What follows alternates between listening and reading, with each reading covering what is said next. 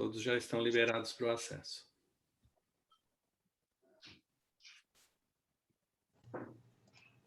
Estou palpitando.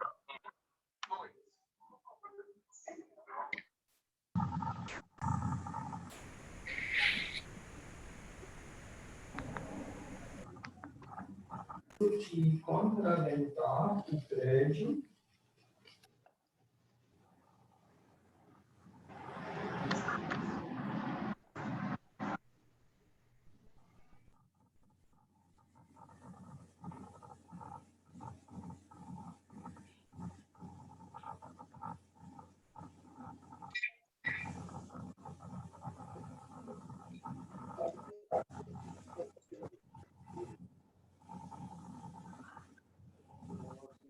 meio-dia, tem no hotel, mas eu vou atrasar.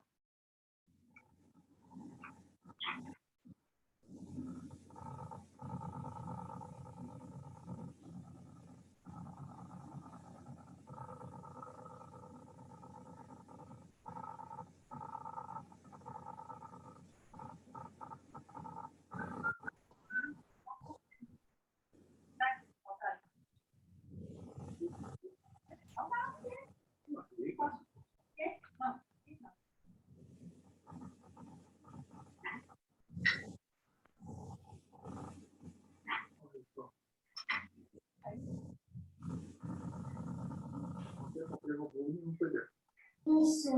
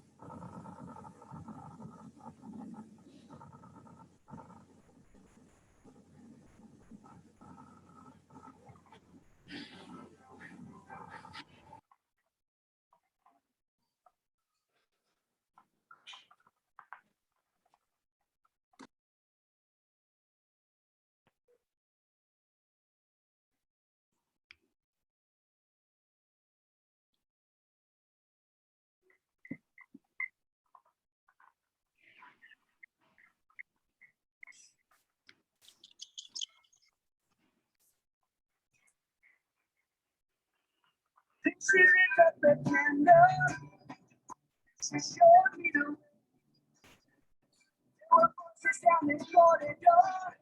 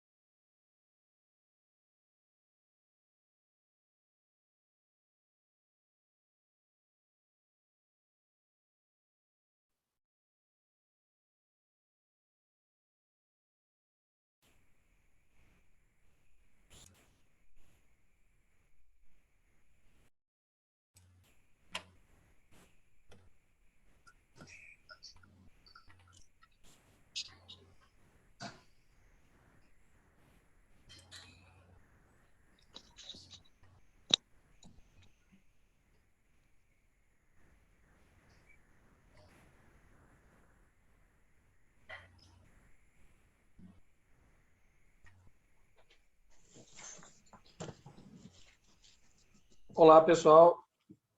Boa noite. Boa noite a todos.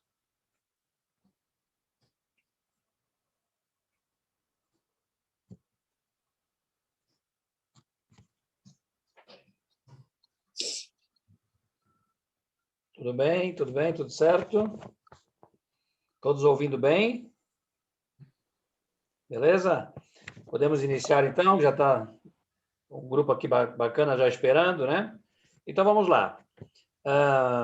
Eu me chamo Gerson, tá? Sou farmacêutico e falo aqui em nome de um grupo de farmácias, né, que são farmacêuticos amigos já há muito tempo, né? Nós já nos encontramos há décadas aí, tá? E resolvemos, né, ano passado, nos reunir para poder, juntos, né, compartilhar conhecimento e aproveitando até essas modernidades, né, como diz o amigo lá, em mídias, né, e a gente trabalhar aqui nas lives. Então, buscar profissionais da saúde que puderam compartilhar muitos conhecimentos.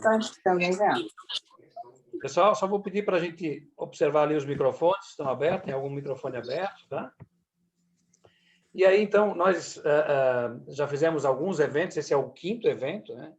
E esse é o primeiro evento que nós vamos trabalhar em módulos, né? E, então, o objetivo, então, é trazer conhecimento, né? E trazer também para os profissionais que acreditam aí na personalização de tratamentos, né? Da terapia, e entendem seu paciente como um ser único e especial, né? Então, a gente está trazendo profissionais que trabalham nesse sentido e que têm informações, protocolos, né? E conhecimento para dividir com a gente, tá? Então, nós queremos agradecer a presença de todos, né? E apresentar aqui as pessoas que fazem parte desse grupo. Então, nós temos na Artefarma de Itaperuna, no Rio de Janeiro, a farmacêutica Alba, do Al Farmacêutico de Campinas de São Paulo, a farmacêutica Lenir, ou Queca, né? Na Imafar, em Vitória do Espírito Santo, a farmacêutica Denise, na Matriz de São Leopoldo, em Novo Hamburgo, a farmacêutica Marília, lá no Rio Grande do Sul, a farmácia Ramos de São Paulo, capital, com o farmacêutico Álvaro, e aqui em Florianópolis, eu, né, Gerson, da farmácia Dermos, tá? Então, como eu falei, esse 5º evento, a gente fez um aproveitamento também da situação real do país e aproveitamos, então, para solicitar um valor, né, de inscrição que está sendo doado para o projeto Panela Cheia, né, que está distribuindo alimentos para aquelas pessoas que hoje estão bastante necessitadas, né? Então, a gente agradece a todos pela colaboração e, com certeza, muitos serão beneficiados aí com esse apoio, né, com essa ajuda para que cheguem as cestas básicas nas casas de quem tem necessidade do momento, tá?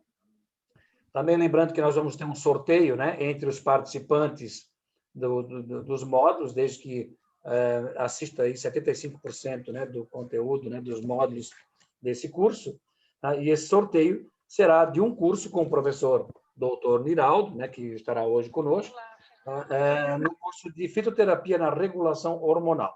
É um curso de 20 horas, né? E esse sorteio será feito no final do 6º módulo. Então, queria conversar com ela, mas não sei se a campainha não está alguém funcionando. Enfim, chamei ela. está com o microfone aberto, fechar, por favor. Tá? E eu não tenho o telefone fixo dela. Você pode me passar, por favor? Flávia? Eu queria dar 2 palavrinhas com ela, tá bom? Pessoal, temos abraço, já estou sabendo do clone. E é justamente sobre isso que eu queria falar. Vamos lá, pessoal. Fecha o microfone da Fernanda, que está com o microfone aberto. Fernanda? Fernanda, obrigada. Isso, obrigado. Tá? E só complementando aqui, então, para participar do sorteio, registre, por favor, a sua presença no link do chat, né? E além desse sorteio que vai estar a partir desse registro, também nós iremos, a partir dali, confeccionar o certificado, né? Que será dado aí pela nossa empresa parceira, que é a Medical Lex, né? Que também é uma empresa de eventos, né? E que vai, então, nos conceder os certificados, tá? Então, já nos apresentamos aqui, tá? Repito o nosso agradecimento a todos, né? As perguntas, né, ficam para o final, vocês podem depois encaminhar aqui também pelo bate-papo, tá? Que o professor Niraldo vai nos atender posteriormente, tá? Também, a partir de amanhã, já terá o material gráfico aí e slides disponibilizados da mesma forma, tá? Então, a gente quer dar um início, tá? E convidar aqui o nosso querido amigo, né, doutor Niraldo, né, o professor, doutor farmacêutico, Niraldo Paulino, tá? E que é uma pessoa tá, que já convive nesse nosso meio farmacêutico, tá, no meio acadêmico, uma pessoa muito especial, né? E a gente já se conhece há muitos anos, ele é daqui também de Santa Catarina, mas ele convive por esse Brasil todo, já esteve à frente do curso de farmácia em São Paulo, em Santa Catarina, em outras regiões, né? Uma pessoa com conhecimento que vocês vão depois, com certeza, confirmar aí que é muito profundo o conhecimento, né, do nosso amigo Dr. Niraldo, tá? E de fácil repasse, tem uma didática muito especial aí, certo? Dr. Niraldo, por favor, tá? Gostaria de que chegasse aqui para se apresentar para o grupo também. Muito obrigado, Gerson. Obrigado pelo convite. Obrigado a todas as farmácias parceiras. Realmente é um momento muito especial assim para o desenvolvimento de todo o setor magistral e também do desenvolvimento de uma nova metodologia avaliativa dos pacientes e um tratamento integrativo que acompanha essa nova metodologia de avaliação, né? Eu acho que é um momento realmente, Gerson, ímpar que nós estamos vivendo, não só pelo contexto da saúde pública mundial, né? Que a gente está vendo aí o quão frágil é esse sistema em relação ao tratamento de doenças, né? E aí a gente entra com toda essa abordagem nova, integrativa, no sentido de preservar a saúde, muito mais do que tratar as doenças, né? E a preservação da saúde realmente é um compromisso que nós, na nossa empresa, e eu tenho certeza que todas as farmácias parceiras aqui também, em relação aos prescritores que vão estar apresentando e participando aqui do nosso evento, tem essa mesma vontade, esse mesmo desejo de contribuir com a qualidade de vida dos seus pacientes, né? Então, e eu, né, que estou nesse momento, né, fazendo um curso de pós-graduação, né, com o professor Niraldo, tá? Confirmo muito isso mesmo, uma visão totalmente diferente, né? Não é o tratamento da doença, e sim, né, o cuidado com a saúde, né? Esse é o sentido maior aí de todo esse teu trabalho, que é tão importante, né? E por isso que a gente também fez esse trabalho agora, convidar profissionais da saúde para ouvirem a tua forma de trabalho, de conhecimento também. E a gente quer te agradecer muito, né, por vir conosco aí com as farmácias aí amigas, né? Tá? E temos um prazer muito grande, né, de estar contigo e agradecimento por teres aceito aí esse convite, tá?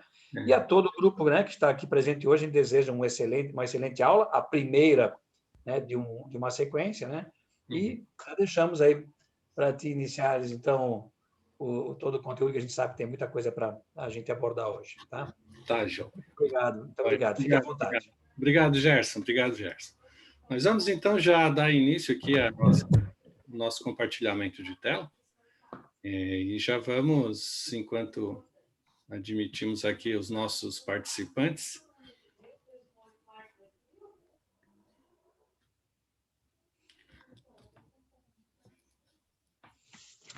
Vamos só abrir aqui a nossa apresentação.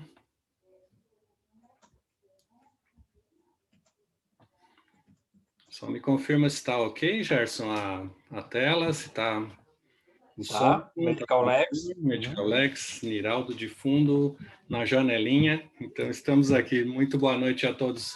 Sejam todos muito bem-vindos a esse nosso primeiro dia da jornada hoje de conhecimento da fitoterapia gastrointestinal.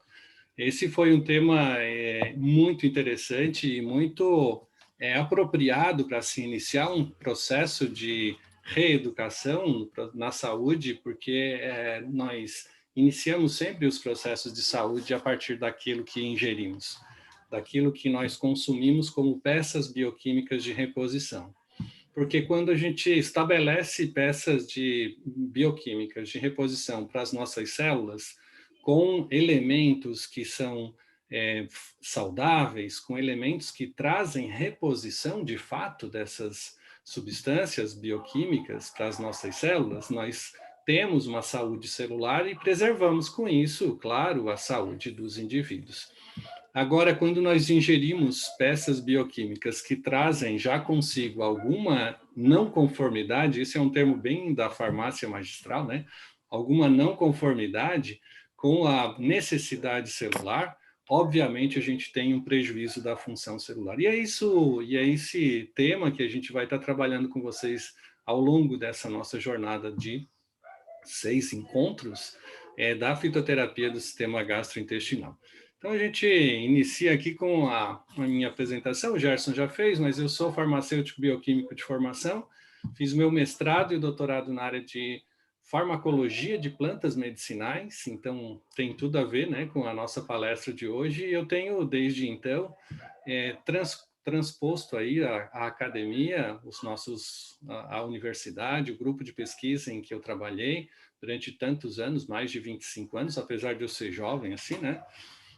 Bacana. Então, a gente tem essa jornada assim de 25 anos de experiência na área da fitoterapia. Numa época ainda que o Gerson deve estar lembrado, ele também começou nessa época na magistral, né? A fitoterapia era ainda um trabalho clandestino, né? Nós tínhamos uma vivência dentro de um contexto muito fora dos padrões da medicina ética da época, né?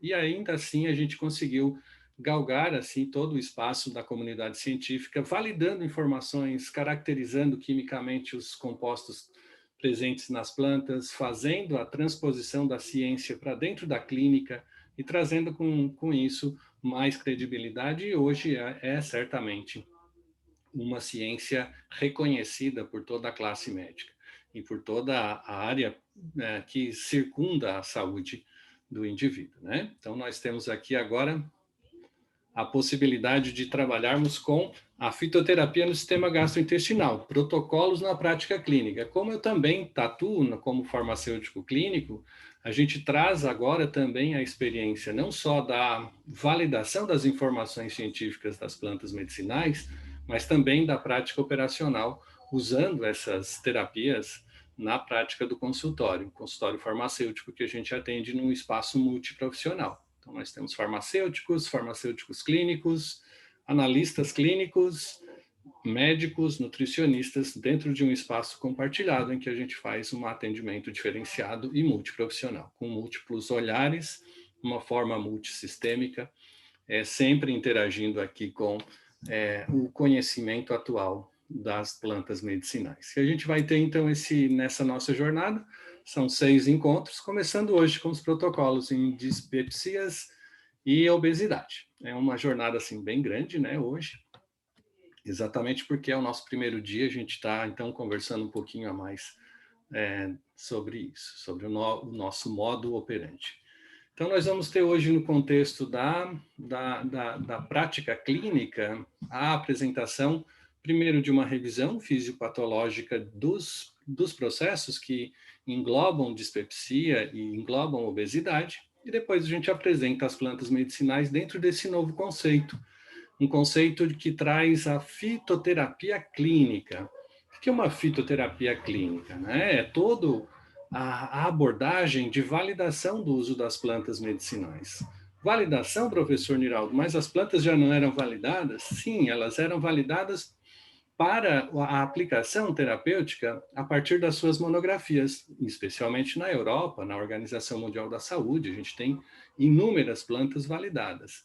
E o que a gente está trazendo aqui é exatamente esse contexto da aplicação das plantas dentro dessas validações. Validação botânica, o nome atual, o nome mais recomendado botanicamente para a espécie que tem efeitos terapêuticos.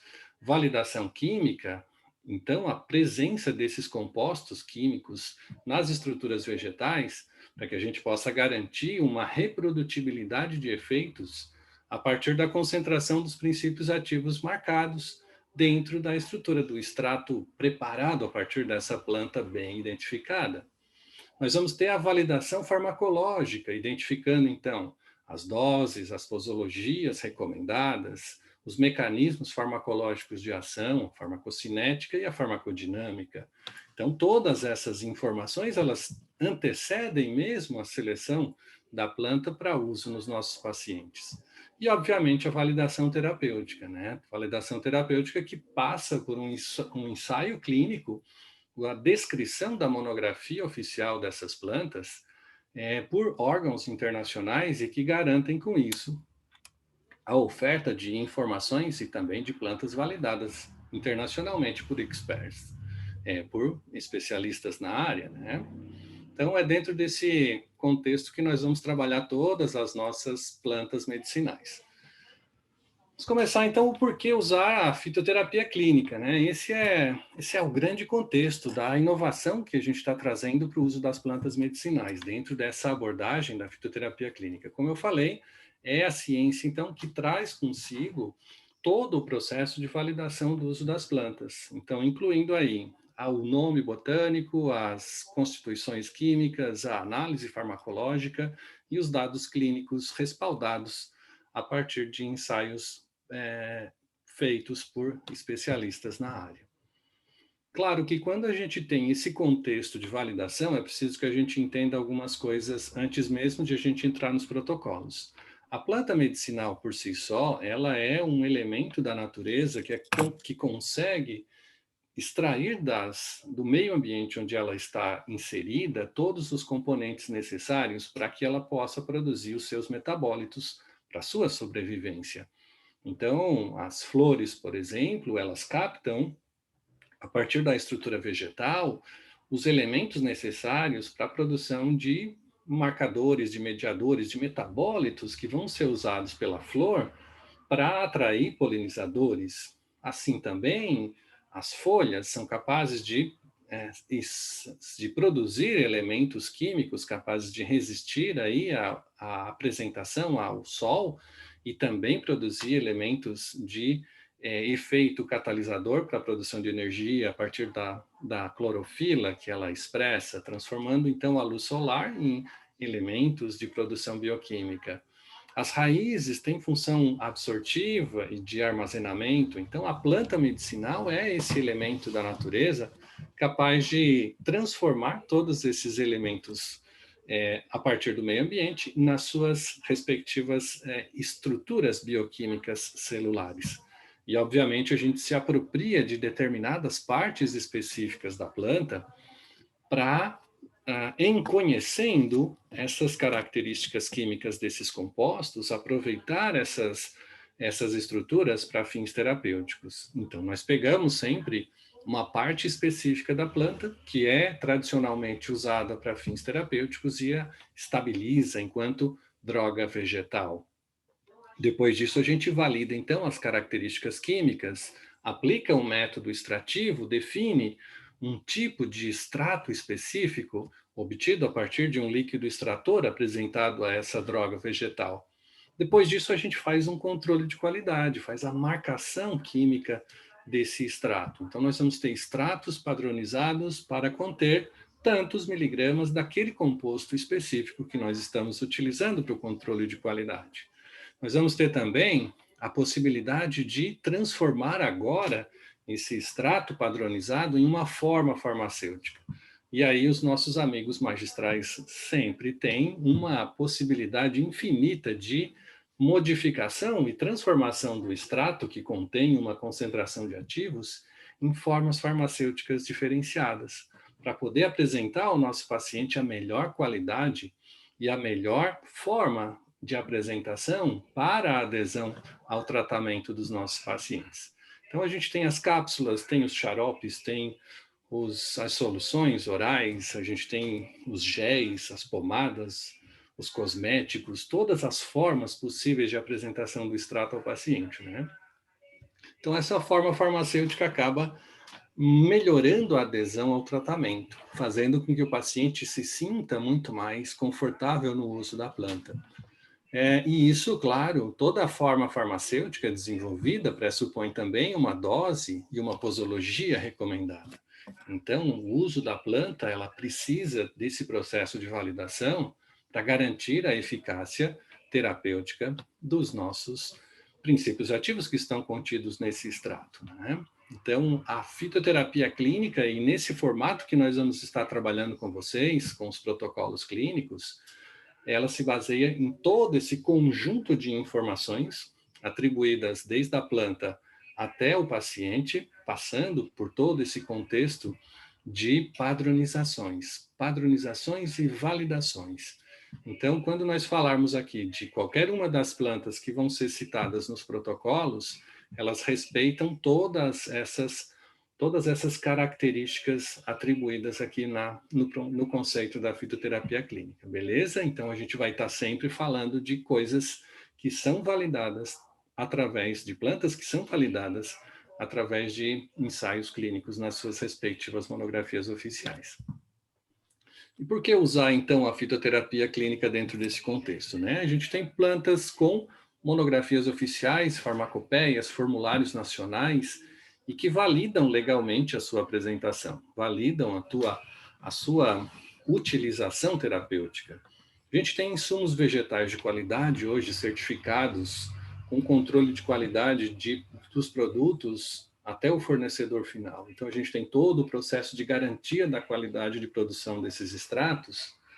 A gente já tem hoje extratos padronizados com marcadores definidos e bons fornecedores desses extratos. Então, a gente consegue, sim, obter uma reprodução de efeitos farmacológicos e terapêuticos, porque a gente tem constância no preparo desses extratos. E, claro, na elaboração magistral desses produtos para fins terapêuticos nos nossos pacientes. E a gente tem farmácias capacitadas, né? As nossas farmácias reconhecidamente competentes para fazer esse processo de manipulação.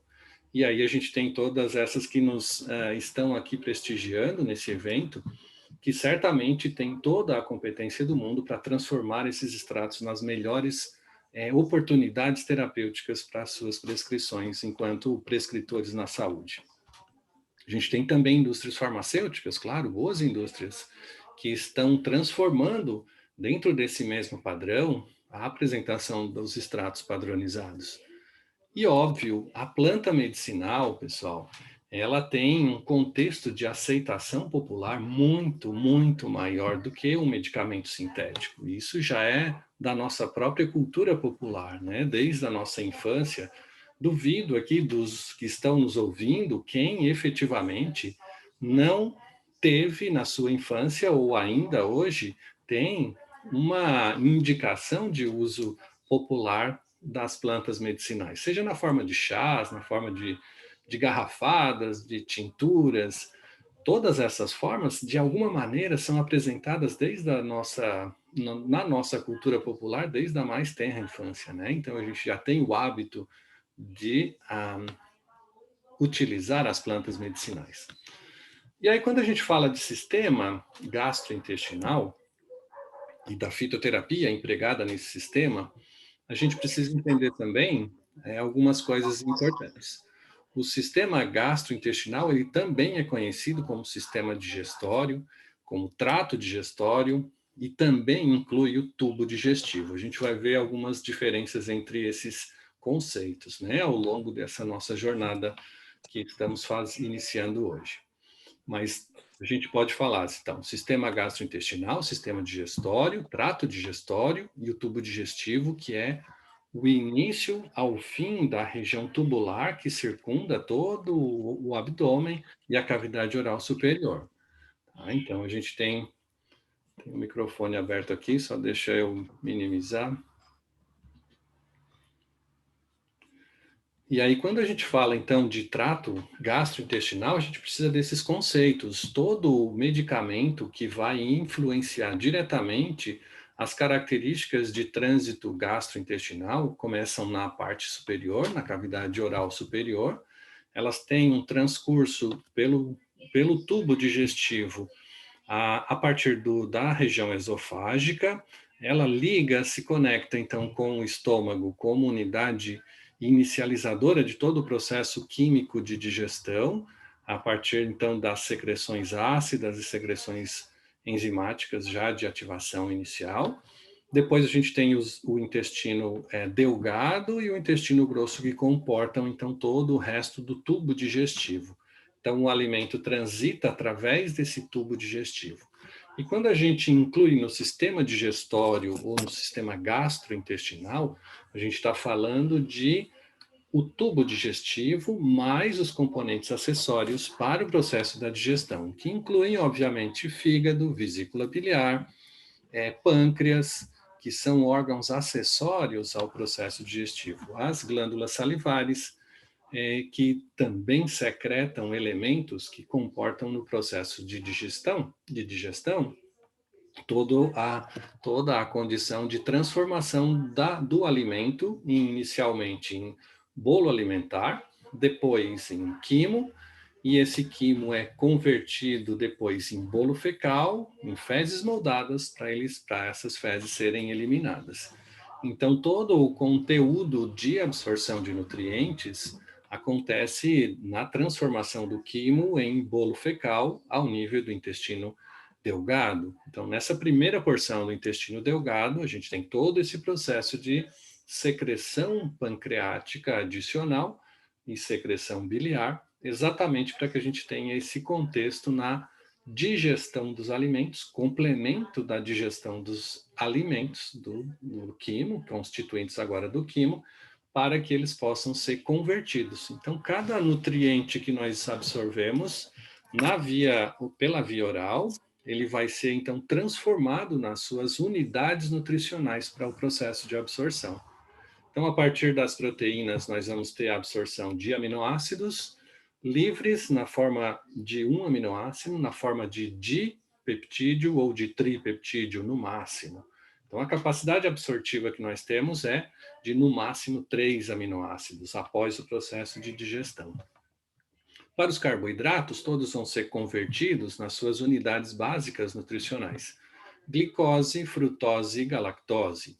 Tudo vai ser convertido. Então, a gente não absorve outros elementos dos carboidratos, senão glicose, frutose e galactose. Dos ácidos, das gorduras que nós consumimos, também vão ser convertidas nas suas unidades nutricionais.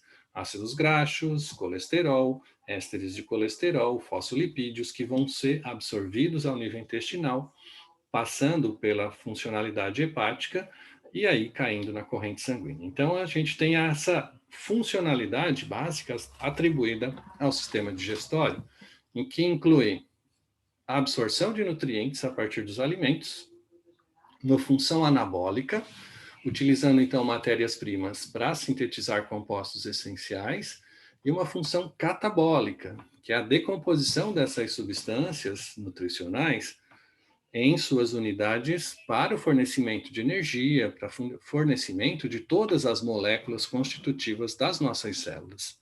E a gente sabe que para que as nossas células possam se regenerar a cada intervalo de tempo, e a gente sabe que todas as células têm um ciclo de vida definido, a gente precisa de peças de reposição, não é mesmo?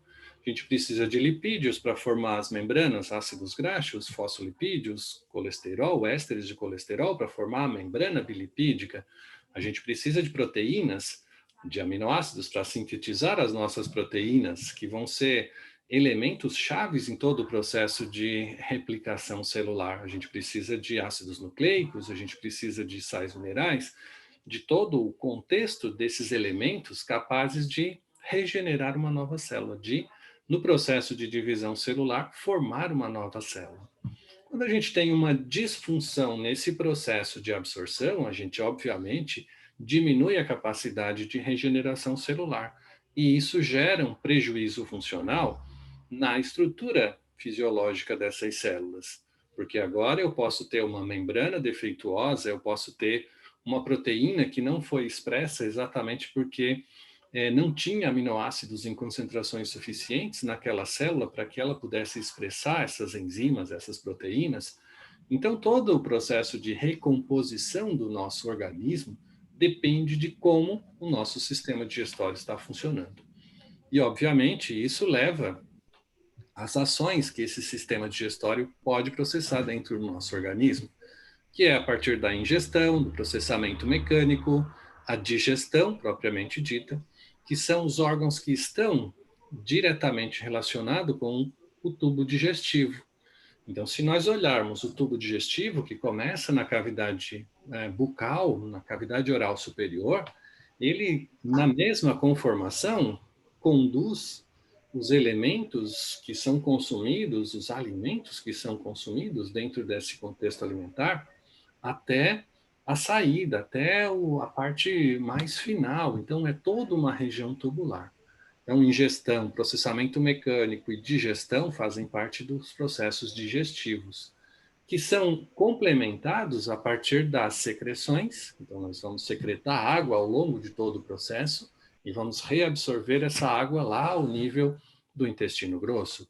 Nós vamos ter um processo de absorção que está diretamente relacionado à capacidade dos nossos órgãos secretores de manter uma secreção de enzimas digestivas. E a gente vai ter as proteases, as lipases, as amilases, que vão fazer o processo de transformação enzimática dos nutrientes em suas unidades nutricionais para o processo absortivo.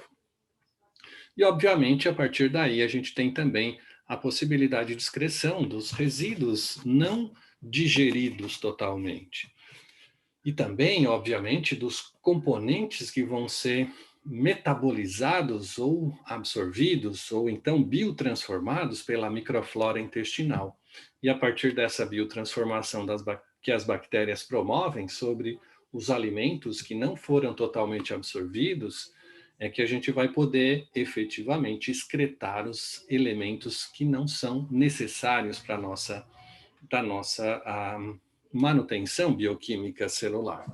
Ou, eventualmente, um prejuízo funcional da digestão, um número de elementos que podem ser ainda possivelmente aproveitados, mas que vão ser eliminados pelas nossas fezes moldadas.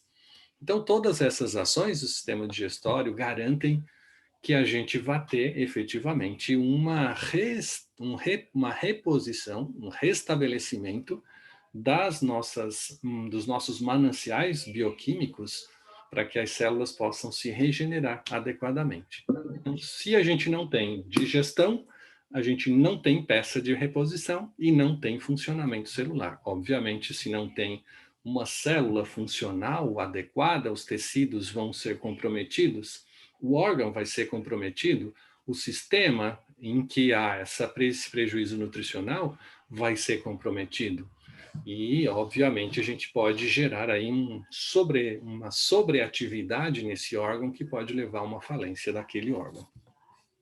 Por isso, a gente achou esse tema muito, muito bem instalado, né? Porque a gente precisa cada vez mais agora compreender que tudo que a gente consome faz parte da nossa vida, faz parte das nossas células. Tudo que a gente coloca na boca e ingere, de alguma maneira, vai se transformar no que nós somos em termos de corpo.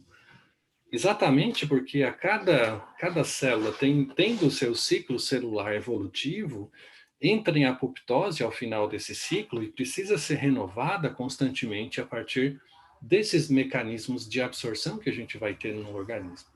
Então, se nós comemos mal, nós temos má absorção e má formação de novas células, não é mesmo?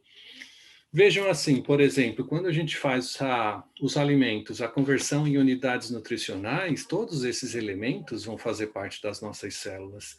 Essas células que vão fazer parte de um tecido, de um órgão, de um sistema, e que efetivamente vão fazer parte do organismo como um todo.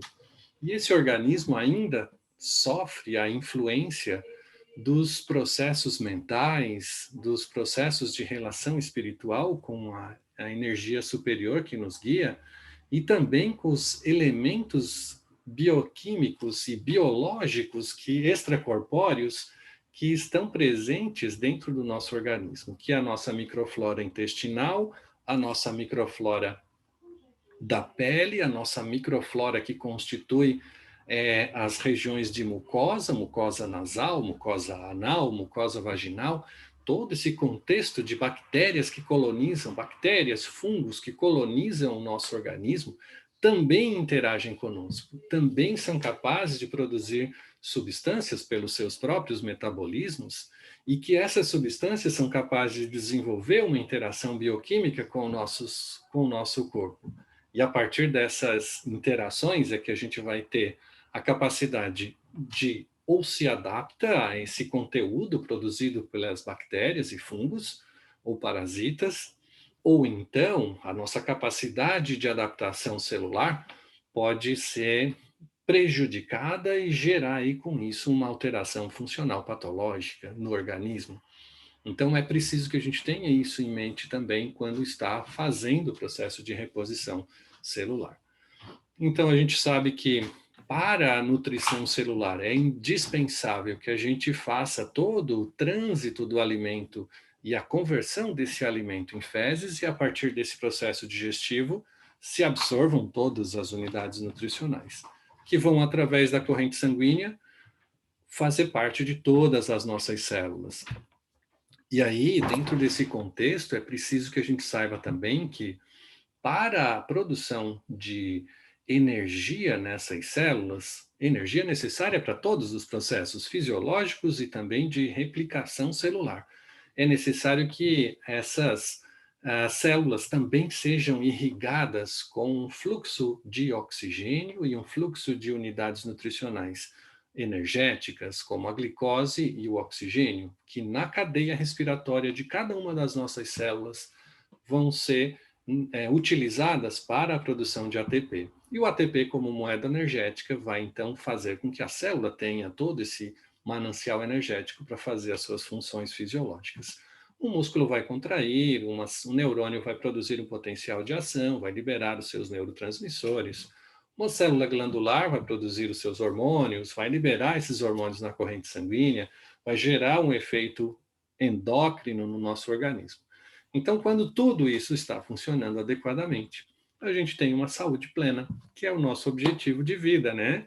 Saúde plena para desenvolver todo o nosso potencial mental, espiritual, de convivência, de relações, de todas as nossas funções. Então, é isso que a gente busca sempre com esse olhar integrativo novo que estamos trazendo através do uso da fitoterapia integrativa. É uma fitoterapia integrativa que integra outras abordagens terapêuticas, né? E a gente vai mostrar algumas coisas aqui no nosso protocolo durante a nossa aula. A gente tem, claro, cada uma das funções. Cavidade oral, a gente vai ter as funções definidas para a cavidade oral, análise sensorial, processamento mecânico, lubrificação, digestão, inicializada pelas secreções de lipases salivares, de amilases salivares, que então iniciam já um processo enzimático de digestão na cavidade bucal. O esôfago, que é um tubo digestivo envolvido no transporte, basicamente, mas para o qual é necessário que haja uma secreção de mucosa para fluidificar o processo de conversão e de transporte do alimento até o estômago. A gente tem ainda a anatomia do estômago propriamente dita, em que a gente tem um conteúdo que fica digerido a partir das secreções de ácido clorídrico, misturados a partir de movimentos peristálticos específicos no estômago, fazendo então todo esse processamento mecânico e químico para o processo de preparação para a digestão. As secreções ácidas são bem interessantes, são bem importantes, porque imaginem quantas bactérias a gente consome, né, durante a ingesta dos alimentos externos, o que a gente coloca na boca e que faz esse trânsito até o estômago. Só que chega lá no estômago, ele encontra um pH extremamente ácido. Então, as funções do estômago, muito mais do que só misturar aí os alimentos, o bolo alimentar, nesse caso, com ácido e com enzimas inicializadoras do processo digestivo, também tem a função de neutralizar aí as nossas bactérias que a gente consome em função desse pH mais ácido que é gerado pela secreção de HCl ao nível do estômago. Também a secreção de enzimas proteolíticas, também a secreção de fator intrínseco, que ajuda na absorção de vitamina B12. Tudo isso acontece num meio reacional em que nós temos os conteúdos de água consumidos junto com os alimentos, a água que é secretada junto no processo de digestivo, processo inicial do consumo do alimento, né, pelas secreções salivares, e num contexto mucoide, em que a gente tem também o muco secretado, além do próprio muco estomacal, gastroprotetor. Então, a gente tem essa mistura mecânica que acaba sendo chamada de quimo. Então, o quimo, na verdade, é o resultado de todos esses processos mucoides, aquosos, ácidos e com fator intrínseco e pepsinogênio. Vejam que aqui a gente está falando já de um processo inicializador da digestão de proteínas, que é a secreção de um precursor da enzima que vai ativar todo o processo de protease secretados pelo pâncreas na sequência do trato digestivo. Então, a gente vai ter o pepsinogênio, que vai ser quebrado pela acidez estomacal em pepsina, e aí a pepsina vai fazer o processo de ativação das enzimas proteolíticas secretadas pelo pâncreas, ao nível do intestino delgado, na primeira porção do intestino delgado. Nesse contexto, as secreções ácidas são extremamente importantes, porque elas são produzidas a partir de um determinado conjunto de células muito especializadas nesse contexto. E a gente secreta, então, não só o ácido clorídrico, mas também hormônios como a gastrina que estimula as células parietais a retroalimentarem o sistema de secreção da bomba de prótons para a secreção de HCl. Então, veja que a gente está agora reorganizando o sistema digestivo para a manutenção do processo secretor ácido. E a gente vai ver que a função do ácido clorídrico é extremamente importante. Por quê? Porque além de termos aqui a possibilidade de quebrar quimicamente o nosso conteúdo proteico e o amido que é consumido dentro da alimentação, a gente tem ainda outros parâmetros que são extremamente úteis. Por exemplo, a produção de pepsina depende de HCl. A produção do fator intrínseco que aumenta a absorção de B12 depende do HCl. A produção de HCl depende de histamina e de gastrina. Então, vejam, a gente tem que ter um efetivo manancial de secreções de HCl, de ácido clorídrico, num pH ótimo de digestão, em torno de 2, para que essa solução do quimo apresente um pH de 2. Isso efetivamente vai garantir um processo de neutralização das bactérias, um processo de ativação das enzimas proteolíticas lá na fase sequencial da digestão, e vai garantir também que a gente tenha todo um conjunto de modificações que sucedem a essa secreção para o processo de absorção dos nossos nutrientes, como a gente vai ver daqui a pouquinho. Então, o HCl é fundamental para a gente ter esse processo de digestão associado à transformação química, né, dos alimentos, do bolo alimentar, em um componente capaz de responder à presença das enzimas digestivas. E aí o controle das secreções, claro, o controle da secreção ácida depende basicamente de um conjunto que inicia com uma fase cefálica de secreção, quando a gente percebe o elemento, mas tem também uma fase gástrica e uma fase intestinal, que complementam o processo de controle das secreções de HCl na luz intestinal. E aí as principais patologias que podem acometer esse sistema, né? O sistema digestório como um todo, o sistema gastrointestinal, como queiram. As afecções do trato digestivo superior, as afecções do fígado e vesícula biliar, órgãos acessórios, afecções do estômago especificamente, as afecções do pâncreas, que diminuem as secreções pancreáticas, as afecções intestinais, que a gente vai ver, então, dentro do nosso contexto de hoje, basicamente, dos nossos módulos, é a função da gastroenterologia, onde a gente tem patologias basicamente relacionadas ao estômago, intestino, e a formação de úlceras gástricas por hiperacidez ou por hipoacidez, obstipação, diarreia e desbioses. Então, dentro desse contexto, o que a gente vai trabalhar no conceito básico das dispepsias é uma sensação de dor que persiste ou de desconforto gástrico recorrente na parte superior do abdômen. Então, isso é considerado uma dispepsia ou uma má digestão, né?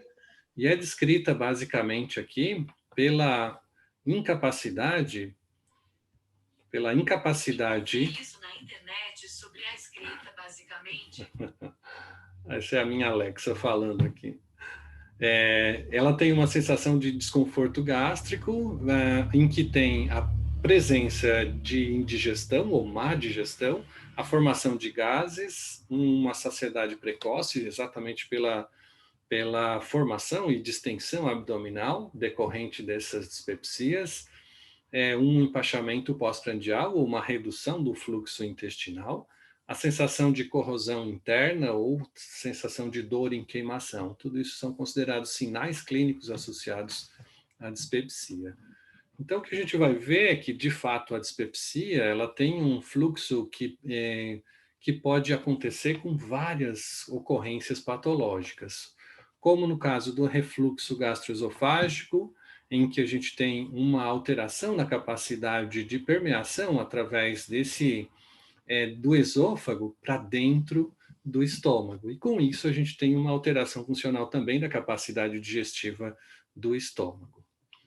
E as dispepsias são normalmente relacionadas a alimentos, ao uso inadequado de alimentos, seja alimentos que têm uma sensibilidade prévia do nosso sistema imunológico, ou ou alimentos que têm dificuldade ou falha no processo digestivo. O consumo de álcool normalmente também é um dos fatores indutores.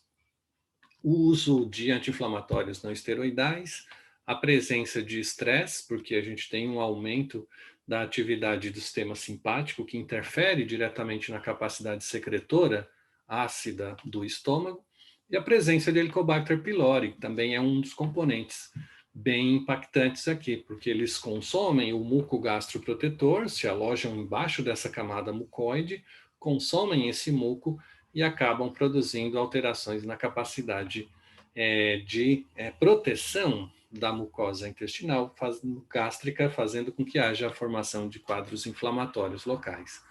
Então, Helicobacter pylori é um dos elementos bem impactantes nesse contexto. O que a gente usa normalmente nesses quadros de dispepsias?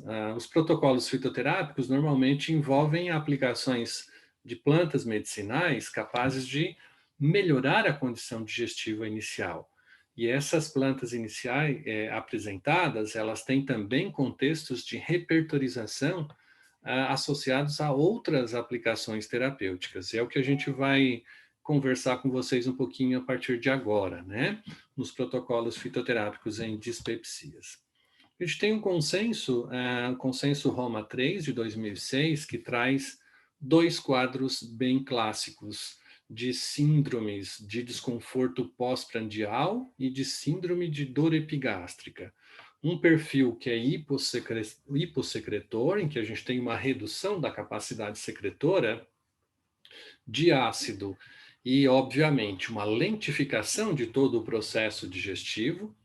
E lembrem que se a gente tem uma diminuição na secreção ácida, a gente acaba tendo um prejuízo funcional na ativação das proteases, há uma dificuldade na ativação do fator intrínseco e, portanto, uma redução na absorção de vitaminas do complexo B, especialmente a B12, e a gente tem também, nesse contexto, uma diminuição da capacidade de ativação do pepsinogênio por conta da redução da secreção ácida. A gente eleva o pH do estômago e, com isso, tem um prejuízo funcional da capacidade de transformação para a absorção de proteínas. Claro, se não são absorvidas as proteínas, elas passam inteiras, sem o processo de absorção, para as porções mais distais do intestino. E com isso, o que a gente tem é efetivamente uma produção de decomposição putrefata dessas proteínas. É como se nós pegássemos uma carne e colocasse ao ambiente externo e ela entrasse em decomposição. Imaginem uma carne em decomposição dentro do intestino. A mesma coisa, a gente tem a produção de putrefina, cadaverina e todas as enzimas de putrefação que acontecem ali.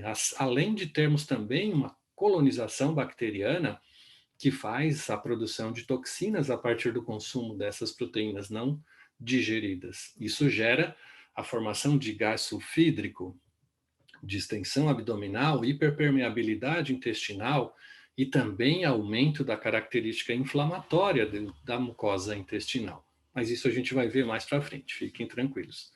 E a dor epigástrica do perfil hipersecretor, que engloba aqui uma hiperacidez gástrica, aquela sensação de gastrite e a formação de úlceras, por um perfil exatamente de aumento da capacidade secretora. E a gente vai perceber, então, que em ambas as condições, a gente vai ter sintomas relacionados às dispepsias, às alterações na capacidade de digestão dos alimentos. E a gente precisa, então, e dividiu aqui, obviamente, os tratamentos para esses desconfortos,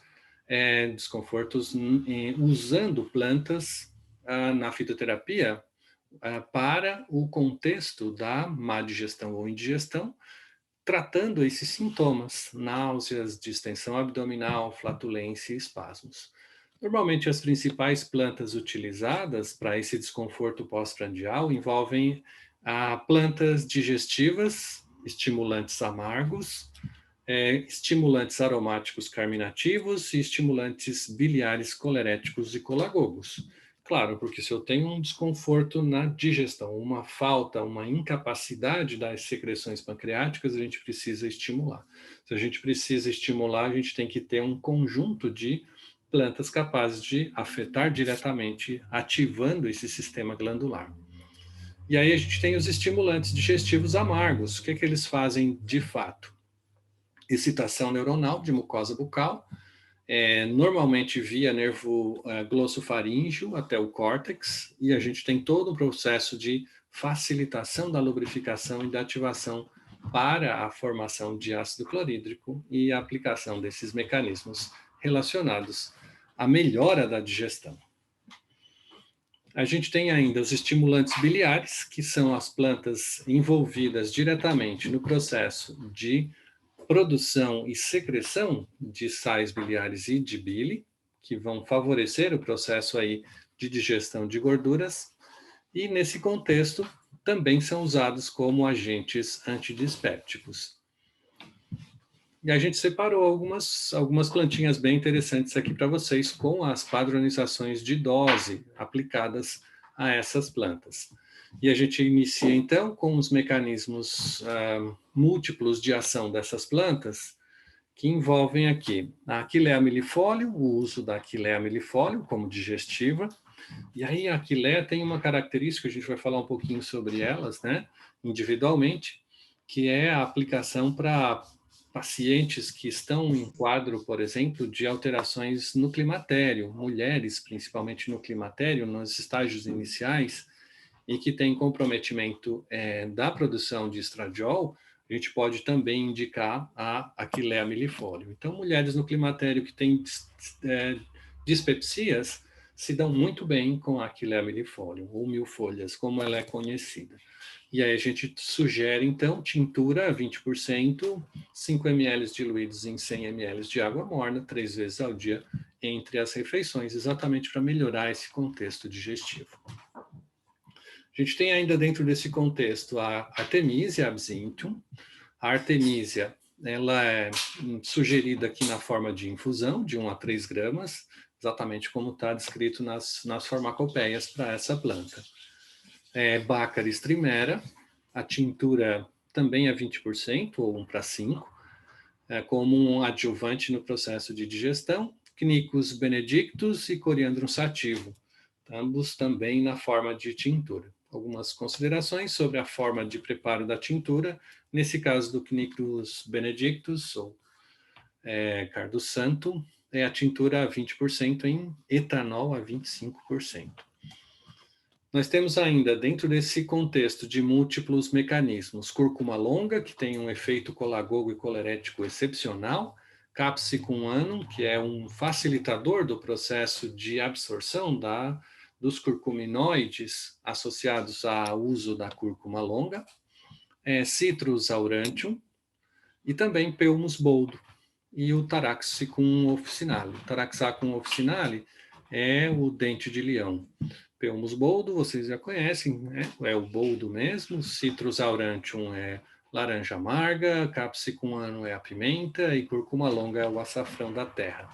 Cada um deles, claro, com as suas respectivas formas de apresentação, com as suas respectivas sugestões de dose e com as suas respectivas posologias, validadas nas monografias oficiais consultadas, para a gente estar disponibilizando para vocês essas informações aqui, tá bom?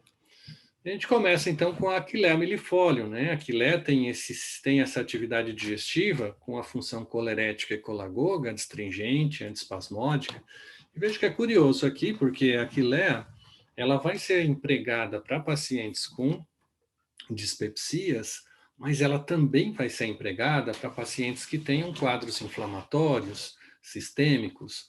Por exemplo, um paciente que tem uma alteração inflamatória articular pode se beneficiar com o uso da Achillea millefolium.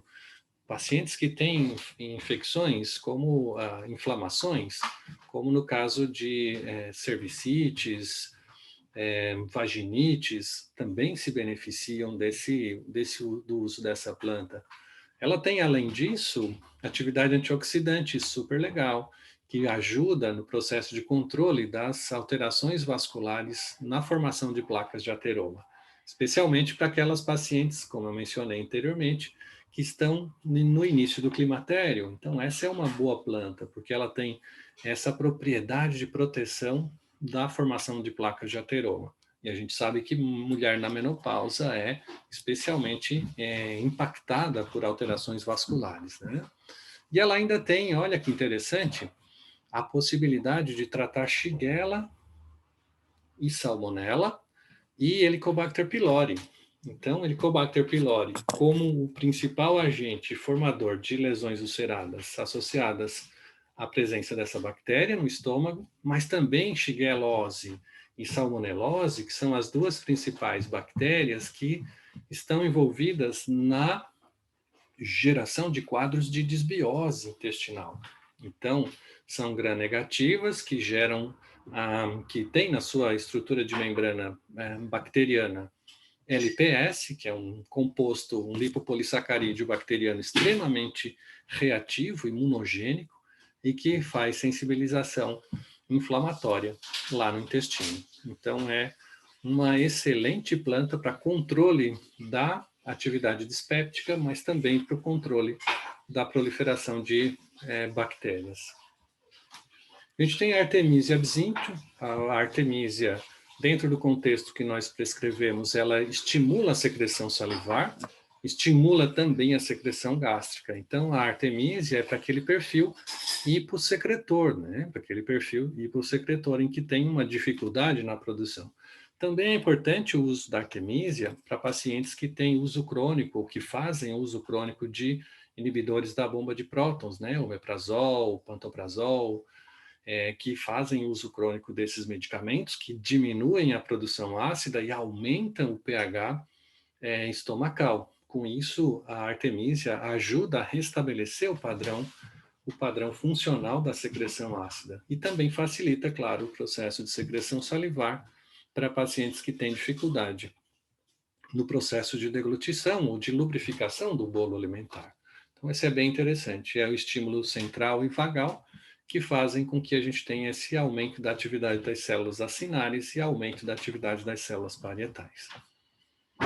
Obviamente, uma contraindicação para o absinto é exatamente pacientes que têm úlcera gástrica, né? Porque ele aumenta a atividade das secreções das células das células parietais. Então, a gente, com isso, tem uma limitação para o perfil dispéptico hipossecretor, né? Do uso dessa plantinha. Baccharis trimera. Baccharis é um digestivo, né, muito potente, muito interessante, além de ele ter uma possibilidade de reduzir a absorção de glicose, então já se aplica em pacientes dispépticos que têm quadros associados à hiperglicemia, também a possibilidade de controle das inflamações associadas à gastrite e a uma digestão associadas também à formação de cálculos biliares. Então, esse é um paciente modelo para a aplicação desse protocolo usando a Baccharis. Professor, e se tiver mais de um contexto clínico do paciente, eu posso associar as plantas? Obviamente, o que nos faz o que nos traz aqui a fitoterapia clínica dentro dessa possibilidade é a seleção por repertorização das condições clínicas às quais o paciente está submetido com as características terapêuticas das plantas que vão ser empregadas para esse paciente. Então, nesse contexto, a associação é sempre bem-vinda para garantir uma qualidade melhor de performance terapêutica aos nossos pacientes. Olha aqui o cardo benedicto, o cardo santo, o Quinquus benedictus. Ele faz também um processo parecido com a atividade do absinto, com uma adição de atividade, que é a presença, então, de um efeito colagogo e um tratamento de pacientes com perda de apetite e que têm queixas dispépticas associadas também à flatulência. Vejam, as indicações estão muito relacionadas com a característica do perfil hipossecretor, né? Quando a gente falou de perfil hipossecretor, a gente reduz a absorção de proteínas e gera quadros de alteração na produção de gases, as distensões abdominais, como flatulência, a produção de gás H2S, né, gás sulfídrico, a partir da digestão bacteriana das proteínas no ambiente intestinal. Então, Quinquus benedictus é extremamente interessante para aumentar a secreção salivar e também aumentar a secreção gástrica e controlar esses quadros dispépticos nos pacientes. Além disso, ele tem um conteúdo ainda de esteroide, fitoesteróis, como beta-citosterol, estigmasterol, que tem uma atividade anti-inflamatória local no trato digestivo. Bem legal. O coriandrum sativo ou coentro, a gente usa aqui para as queixas dispépticas também, e ele é utilizado, veja que é curioso, a gente pode utilizá-lo em queixas dispépticas, mas a gente também pode utilizá-lo como um quelante de metais pesados. Então, é bem legal utilizá-los em pacientes que têm já um quadro de intoxicação validada, assim, percebida, né, diagnosticada, pacientes que têm altos níveis de chumbo, de mercúrio. O coriandrum sativo entra também como um coadjuvante no processo de quelação desses metais pesados e ajuda a eliminá-los através da filtração renal. E aí o coriandro entra aqui como queixas dispépticas para pacientes que têm dor no abdômen superior e como um auxiliador nos processos nos processos hipossecretores, especialmente porque o coriandrol estimula essa bomba secretora ácida no estômago, né? É o principal mecanismo de ação. Cúrcuma longa, aqui a cúrcuma longa é uma história toda, né? Cúrcuma é uma das plantas mais usadas na Índia, em toda a população indiana. Ele já vem de lá com essa indicação terapêutica de longa data na medicina ayurvédica. Aqui a gente traz para a fitoterapia clínica porque ela apresenta curcumina e zingiberona, que têm atividades anti-inflamatórias, que controlam, então, quadros inflamatórios gastrointestinais, mas não só gastrointestinais, né? A gente tem a indicação dela para controle de artrites, artroses, controle da asma. Então, tem um monte de processos inflamatórios nos quais ela é possível de ser empregada. A gente vai voltar com ela também lá no controle de quadros inflamatórios intestinais, um dos nossos últimos módulos. A cúrcuma, além desses efeitos anti-inflamatórios, também é colagoga e colerética.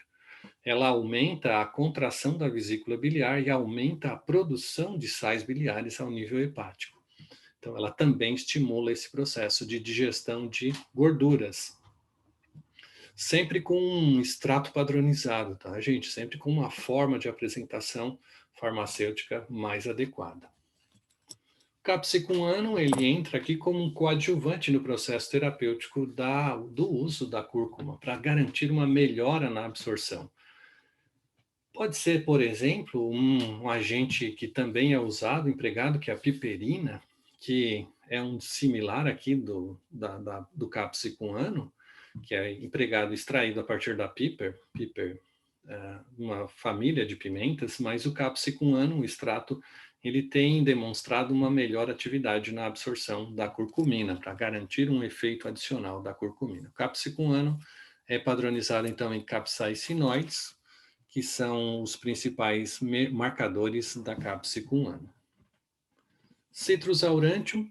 O Citrus aurantium é interessante porque ele tem, além das atividades de melhora das condições digestivas, ele é um espasmolítico suave, ele reduz a sensibilidade de resposta do músculo liso do trato digestivo, ele reduz o estímulo do plexo mioentérico e o tônus peristáltico nas contrações involuntárias, mas ele também tem uma ação termogênica. Então, esse aqui, o citrus, é para pacientes que têm quadros dispépticos associados a também quadros de obesidade ou hipertrofia dos adipócitos.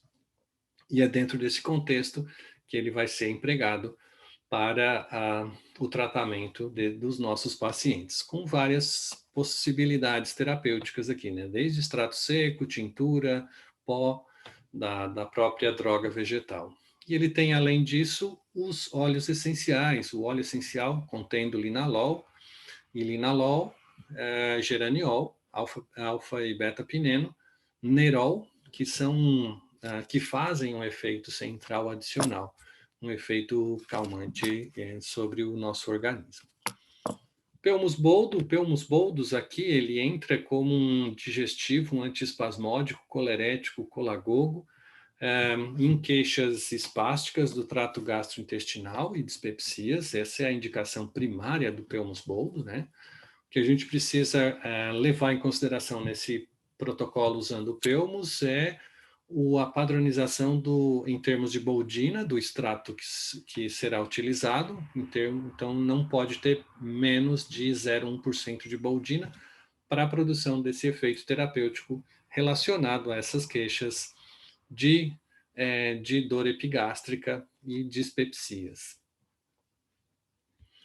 Nós temos ainda o Taraxacum officinale. Taraxacum officinale é uma das plantinhas utilizadas também aqui no contexto do tratamento do tratamento das dispepsias, porque ele estimula o processo secretor. Ele tem um efeito anti-ulcerogênico, tem um efeito colerético. Então, os dois mecanismos estão diretamente relacionados aos seus conteúdos dos fitoesteróis que estão presentes aqui, taraxesterol e o taraxasterol, o gama, e o taraxasterol normal, e aí essas duas substâncias promovem esses efeitos que combatem aqui os distúrbios do fluxo biliar e também funciona como estimulante da diurese. Então, o taraxaco normalmente é a plantinha empregada para pacientes que têm quadros de hipertensão arterial e que precisam ter um volume diurético adicional e que melhoram em termos de condição dispéptica pelo aumento do fluxo de secreções biliares. Então, uma das indicações é o paciente que tem quadros de formação de gases associados a uma redução na produção e absorção de gorduras intestinais pela diminuição da atividade biliar. Nesse contexto, o taraxacum entra muito legal para favorecer o processo de secreção biliar. De novo aqui a contraindicação, como ele é colerético e colagogo, a contraindicação a pacientes que tenham ductos biliares e litíase biliar, né? Porque pode ocorrer, pelo próprio mecanismo de contratilidade da vesícula, pode ocorrer uma obstrução dos ductos biliares. Tá, joia? Então, mas ele tem ainda todas essas ações adicionais, como anti-inflamatório, como antimicrobiano, como diurético, hipoglicemiante e imunomodulador. E aí, essa segunda parte, como a gente já está com 1h56, quase 2 horas, né, Gerson?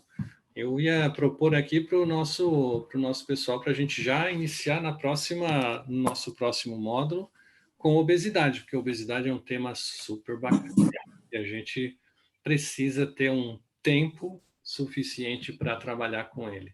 Então, a gente iniciaria, se vocês estiverem de acordo, Gerson? pode Eu entrar. acho que sim, Vamos, mais alguém do grupo quer dar uma opinião aí? Eu acho que poderia, até pelo tempo que a gente já está, né? A gente já está com quase 2 A horas. previsão né? era, a previsão era esse, né? Era até menos. No máximo 2. Senão eu vou começar a cobrar hora extra também, né? Tá certo. Não, mas obesidade é um tema tão legal que eu acho que vale a pena a gente iniciar nosso próximo encontro, que é daqui a 15 dias. Com a obesidade, a gente vai evoluindo com as outras alterações funcionais. Né? O que vocês acham? Eu acho, não sei se a gente teria como fazer aqui uma enquete, né? Mas enquanto as pessoas não se manifestam aqui, talvez a gente pudesse responder algumas perguntas do que foi passado até agora. Claro. Pode ser? Sem dúvida. A Mônica está fazendo uma pergunta aqui que ela gostaria de saber quais as mais indicadas para uso infantil no tratamento das dispepsias. Beleza, ótimo, Mônica. Boa pergunta. Depende do quadro que a criança está apresentando, mas as indicações pediátricas normalmente envolvem o uso pela situação do sabor, né? Plantas amargas, a gente tem alguma restrição ou alguma resistência, como no caso da Baccharis, do Quinquus benedictus, a gente vai ter alguma resistência para o uso uso infantil. Normalmente a gente tem um conjunto mais específico de plantas que a gente não trouxe aqui, porque não era o foco pediátrico, né? Mas a gente pode usar a camomila, a Chiroclinis satureioides, que é a Marcela do campo, a camomila romana, que são 3 plantinhas que normalmente têm um efeito antidispéptico muito legal e que são muito bem aceitas para o tratamento pediátrico e que têm esse efeito também validados por monografias oficiais. Então, a gente não recomenda o uso das amargas, Quinquus benedictus, Baccharis, e trabalha com outro perfil mais palatável, né, para as crianças. Crianças acima de 5 anos aqui, né? A gente está falando de 5 a 12. Ok. A Maura está colocando aqui, qual a planta mais indicada para pacientes com doenças de Parkinson que apresentam muitos problemas digestivos? Boa, boa. A gente pode, nesse contexto, Maura, fazer uma associação entre Mucuna pruriens, que vai tratar a doença de Parkinson, porque tem no seu conteúdo altos níveis de levodopa natural, mais de entre 20% e 50% do conteúdo da Mucuna pruriens é de levodopa natural, associando aí a quadros de, se ele tem uma hipossecreção, entrar com um extrato, por exemplo, das plantas amargas, e o uso da cúrcuma longa, como um colerético e colagol. Então, seria uma associação entre uma planta amarga, e aí poderia ser, por exemplo, deixa eu já mostrar aqui, né? A Artemisia absinthe, a Baccharis trimera, ou Quinquus benedictus, poderia associar uma dessas 3, com uma planta anti-inflamatória, que é a cúrcuma longa, e a partir daí também utilizar um protocolo para tratamento do Parkinson com a Mucuna pruriens. Claro que seria interessante também a gente repor as membranas, as gorduras das membranas, com os fosfolipídios, fosfatidilcolina, fosfatidilserina, que repõem as membranas dos neurônios que estão em processo de degeneração, aumentando a resistência desses neurônios contra o processo oxidativo relacionado com a oxidação da dopamina, que leva à degeneração dopaminérgica no Parkinson, né, na região nigroestriatal do paciente. Ok. Fez um composto aqui já, né, do paciente. É verdade. A Fernanda, ela gostaria de saber sua opinião sobre o uso do alecrim, hortelã e zedoária na dispepsia. Muito bom, muito bom. A gente muito provavelmente vai falar deles no próximo contexto, que é o perfil de hipossecreção, né? Hipossecretor. A gente vai estar com um quadro associado à hipersecreção e hipossecreção. O alecrim tem um efeito, o Rosmarinus officinalis tem um efeito anti-ulcerogênico, anti-inflamatório, muito bom, muito legal. Ele também é hepatoprotetor, o que ajuda no processo de proteção hepática, né? Então, ele tem esses dois objetivos muito claros no momento que a gente está trabalhando com o paciente. Proteger o fígado e garantir um efeito anti-inflamatório no sistema gastrointestinal.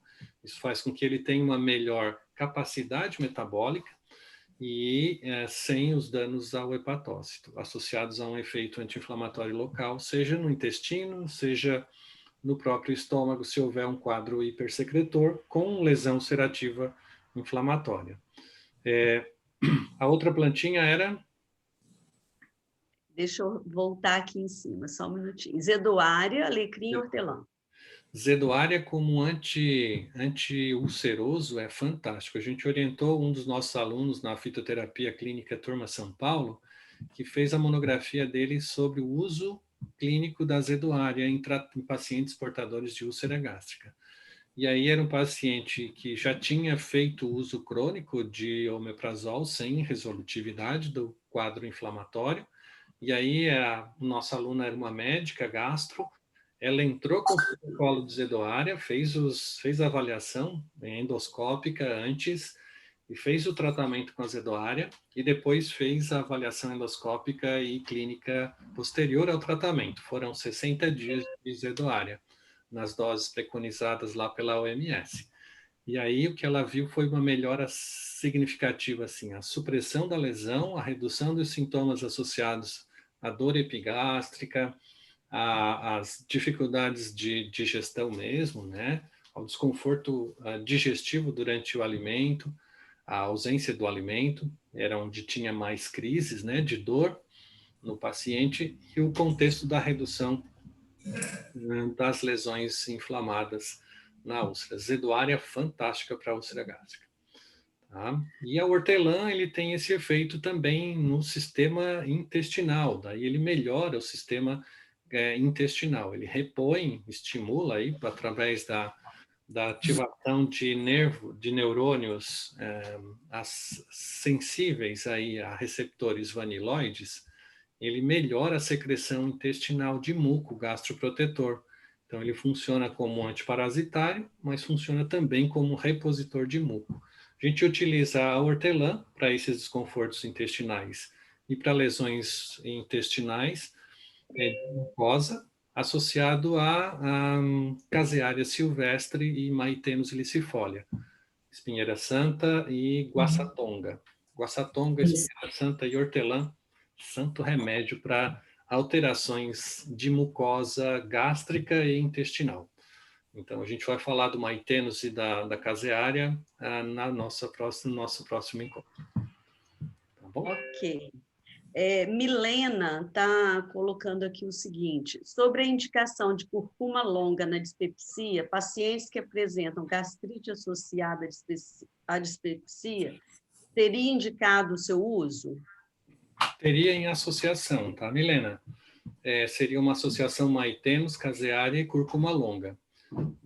A curcuma longa, basicamente, como um potencializador do efeito anti-inflamatório da Maitenus e da caseária. Ela tem um efeito mais sistêmico. Os maitenotaninos têm um efeito mais local, então eles têm um efeito somatório, sinérgico, né? Eu entraria com a curcuma longa, sim, para esses pacientes, como tu citou, associando nos protocolos Maitenus e caseária. Pode ser na forma de tintura. Fica ótimo. Pode ser na forma de tintura, né, desde que tu faça a supressão do álcool da tintura. Como é que pode fazer isso? Tu pode aquecer a água e colocar o volume da tintura na água quente, que daí volatiliza o álcool e o paciente pode consumir sem o risco de agravamento pelo teor de álcool presente na mistura, né? Ô, Niraldo, antes de eu colocar aqui outra pergunta, fazer algumas observações que as pessoas estão perguntando no chat. Sobre os slides, eles sim serão enviados através de um e-book, então todos vão receber esse conteúdo da apresentação. E também perguntaram aqui que estão com dificuldade para fazer o registro da presença. Eu vou pedir o colega aqui para colocar novamente o link aqui à disposição. É importante que todos, de fato, registrem a sua presença para que a gente possa, então, concorrer, né, tanto aos 3 cursos que serão sorteados, como também a Medical Lex poder gerar os certificados de acordo com essa presença de vocês, ok? Então, se alguém não conseguir, comenta aqui no chat. Beleza. Vamos lá numa outra aqui. A Tassiana. Calma aí. É o áudio aberto aí, gente. Para fechar esse áudio.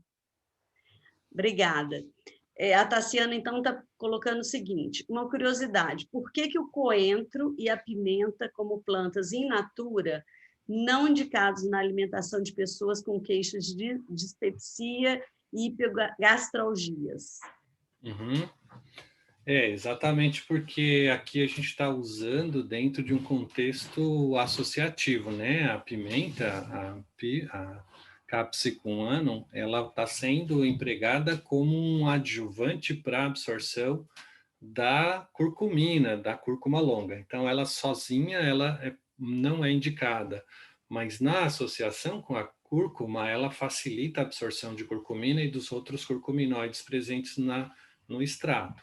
Então, é por isso que ela entrou aqui exatamente para potencializar. Como é um protocolo de associação, cúrcuma e capsicum, ela valida esse efeito.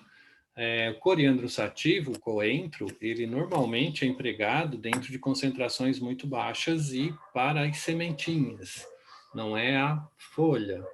A folha normalmente é bem digesta. Eu particularmente, sou o coentro totalmente avesso ao coentro, né?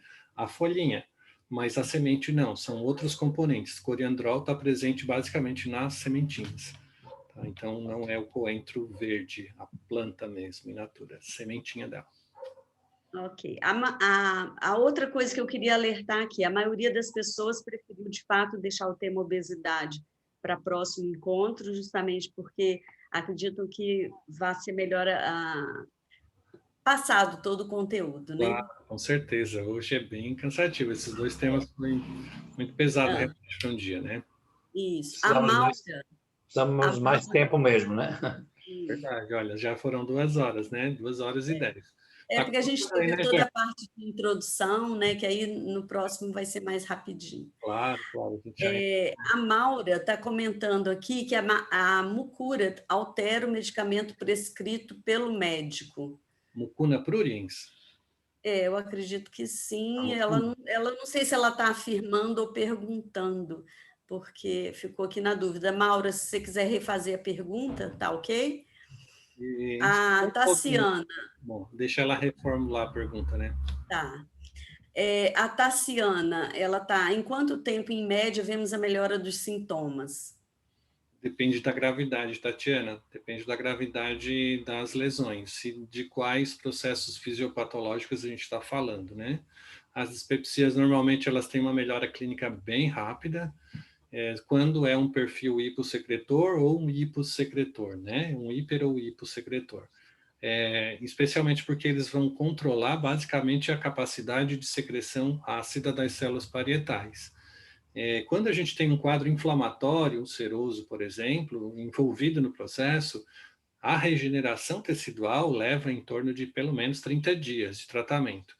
E aí tem quadros inflamatórios associados à disbiose, que precisa todo um contexto de preparação intestinal para depois a gente começar o processo de regeneração. Então, a gente está falando aí de 90 a 120 dias, pelo menos, de restabelecimento funcional desse trato gastrointestinal, tá bom? Então, depende das características. A Gi, ela está questionando a questão da guaçatonga para gastrite. Uhum. Ela só colocou assim, guaçatonga para gastrite. Apesar de que gastrite a gente vai ter o tema no dia 26, né? Isso mesmo, a gente vai ter um tema só sobre isso, tá? E lá a gente vai estar fazendo as associações necessárias para o processo de melhora clínica dos pacientes, né, com essa patologia. Ok. A Thaís está comentando aqui.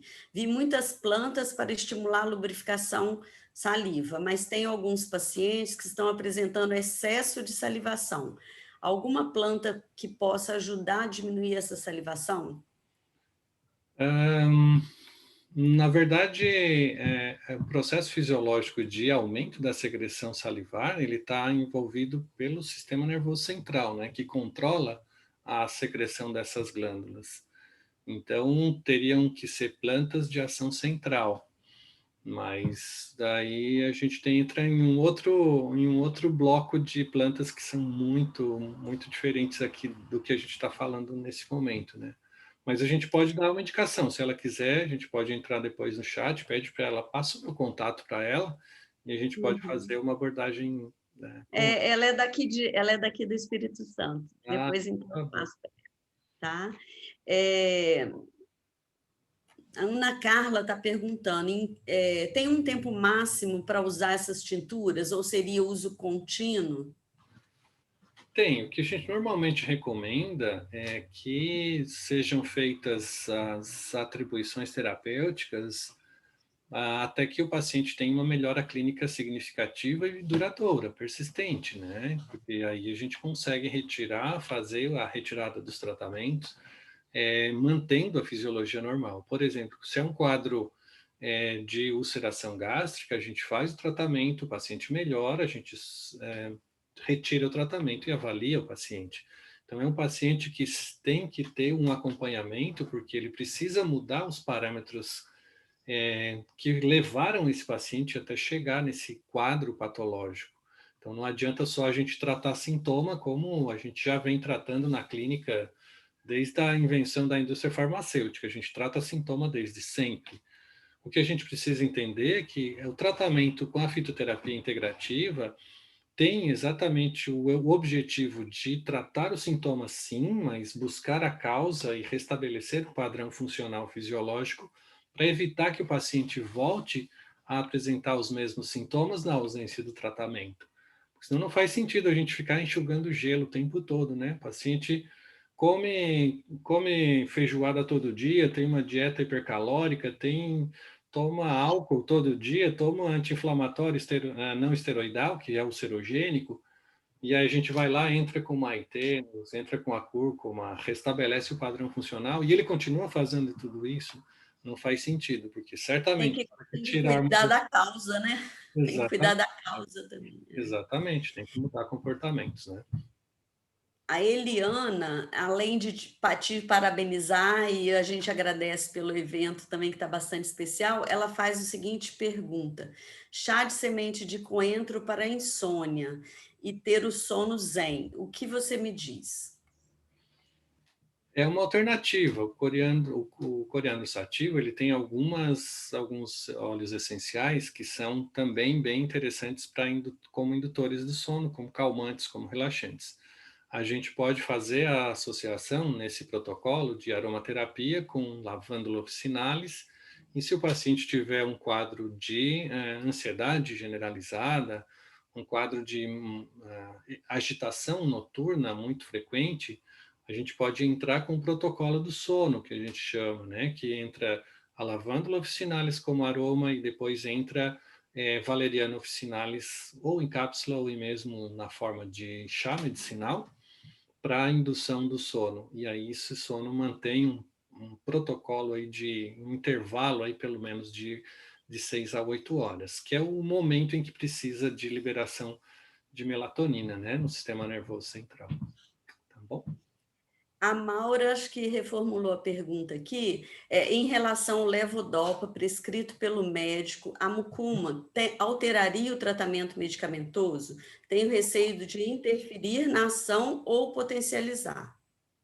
Como a mucuna pruriens é padronizada em levodopa, ela só fazer a conversão, a grande diferença da levodopa sintética para a levodopa natural, presente na mucuna, é que a gente tem, além da levodopa no extrato de mucuna, a gente tem uma série de outros componentes que são associados ações antioxidantes, anti-inflamatórias, além de ter a própria concentração de levodopa, né? Então, a gente ganha qualidade quando trabalha com o extrato e tem a segurança, porque o extrato está padronizado nas proporções de levodopa, e que ela pode associar com a dose que o paciente já vinha tomando, em termos de medicamento sintético. Né? A grande diferença é que a gente vai estar com um produto natural, com vários componentes, com vários mecanismos farmacológicos de ação associados para a garantia da qualidade do efeito terapêutico. Ok. Nós estamos recebendo aqui uma informação que tem 4 pessoas que ainda não registraram sua presença. Então, assim, a gente quer muito que todo mundo registre para não ter depois, perder, né, a oportunidade tanto do certificado quanto do sorteio. As perguntas aqui, elas se encerraram, Bom. E eu acredito, assim, se alguém tiver mais alguma colocação, fazer aí o quanto antes. Eu gostaria... Uma sugestão, pode deixar registrada também nos teus contatos, uma lista de perguntas, e a gente pode retornar no próximo momento já respondendo as perguntas passadas, se eventualmente, ou mesmo responder individualmente aos internautas. Isso.